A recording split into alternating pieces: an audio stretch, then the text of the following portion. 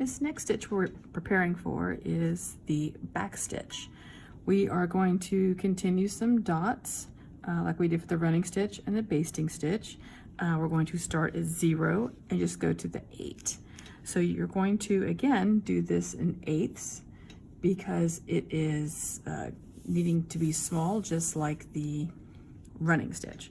So we're going to start at 0 and we're just going to make a dot at every single line, just like you did for the running stitch.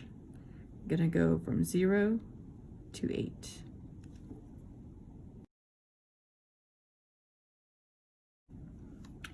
After you have made your dots, it's going to look just like the running stitch's dots. You're going to come up from the back side, just like we do for every other stitch. And your first stitch is going to be exactly like the running stitch. Okay, so I've come up through the back side, through that first dot.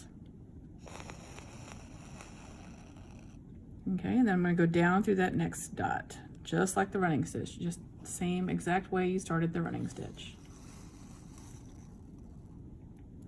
Okay, this time I'm going to come up through the next dot, just like the running stitch.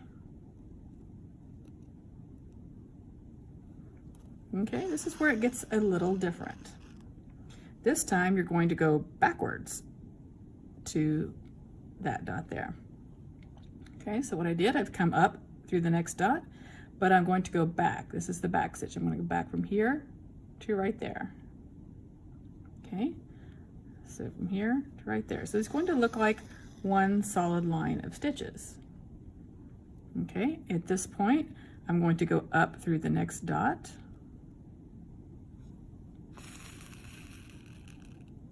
Okay, and then I'm going to go back again to the dot before it. Okay, going to go up through the next dot. Then I'm going to go back again to that dot. So as you can see, I've got a little line of stitches. It looks kind of like a solid line. Well, if I had connected them exactly right. So I'm a little off there. Okay, come up through the next dot.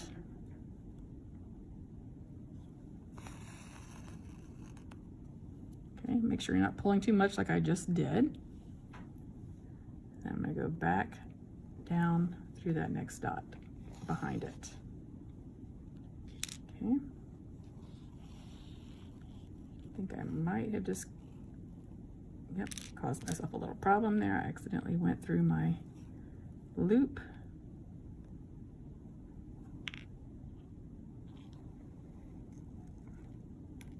Okay. All right, now the back side of this is going to look a little funny. As you go, it's going to look like it's got a lot of thread in the back. Okay, so you're going to keep going. Now this does take a little bit more thread, so you might have to knot off somewhere in the middle. Remember that if you have about 2 inches of thread left on your needle, it's probably a good idea to knot off at that point. We always knot off on the back, and then you have to start over where you left off. So again, with the back stitch, you come up, and then you simply go back to the starting point of that last stitch. Okay, and that's the back stitch.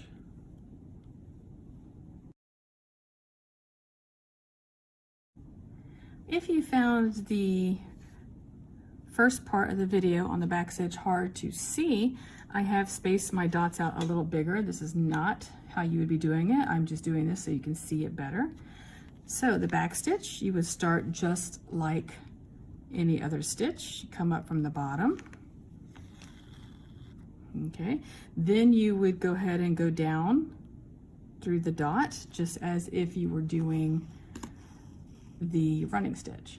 Okay, so there is your first stitch. You would come up through the next dot.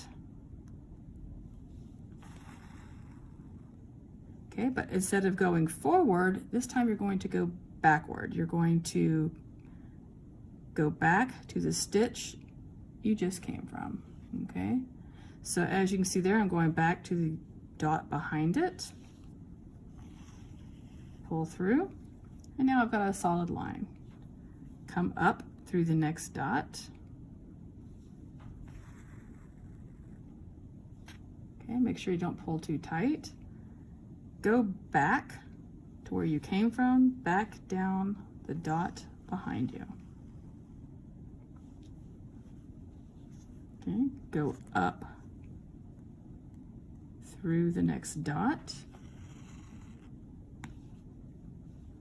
and then go back behind you to the dot before it. Okay, so that's why it's called the back stitch. You're working somewhat backwards here. Okay, come up through the next dot. Okay, be careful not to pull too tight. And then go backwards. Make your stitch backwards. Up through the next dot. And then go back where you came from, through the dot behind you. And last time, go up.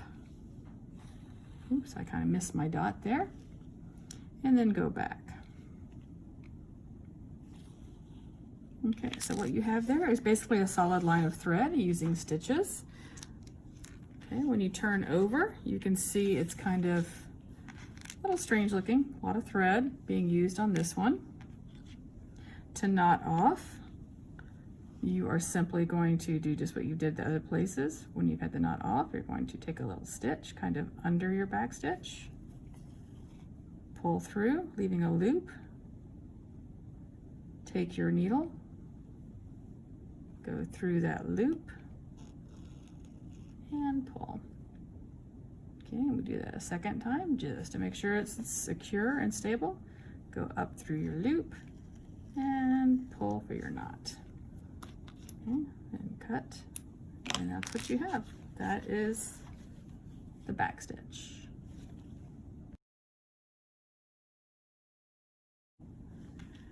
So I got most of the way across, but I am running out of thread. So I did want to show you what happens if that happens to you. I have about 2 inches, maybe 3 inches left on my thread. At this point, I'm going to go ahead and knot off. It's a little easier to knot off on the back stitch. You can just run your needle under one of your stitches, make a loop, take your needle through that loop, and pull it tight, but not too tight. You do it again a second time just to be sure I'm getting it, and pulling. So now I will have to rethread, and when I rethread to start over, I will simply come up through the next dot, okay, like that, and then I'll be going back down through the dot behind it.